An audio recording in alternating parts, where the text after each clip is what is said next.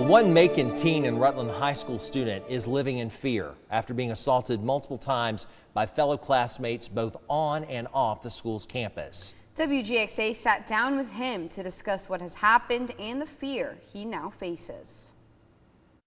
19-year-old Christopher Kalbach is a senior at Rutland High School. He says he's been jumped 4 times by other students in the school.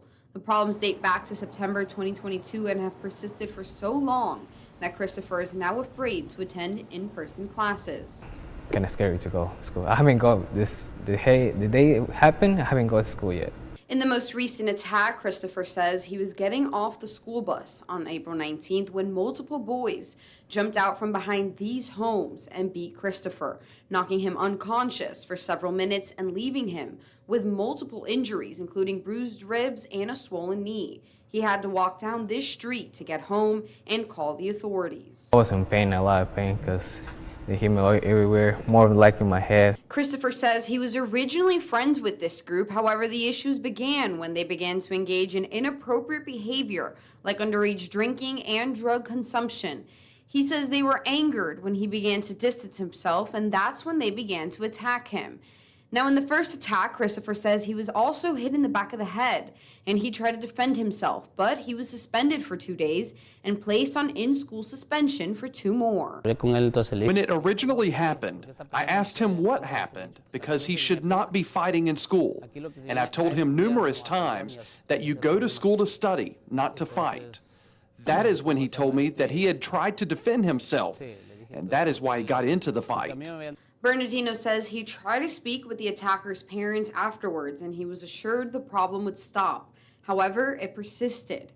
Christopher never reported to the school or his father the other 2 attacks out of fear of retaliation. However, after the April 19th incident, Bernardino was brought to tears remembering the moment he saw Christopher and says he was in a state of shock. I just hugged him when I saw what had happened to him.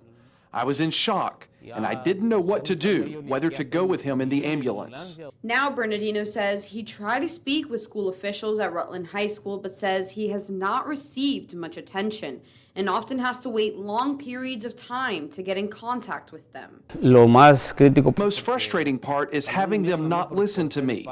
I don't know if it is because I am Hispanic or because I do not speak English. But as a father, I am frustrated because today it happened to my son, but tomorrow it can happen to anyone.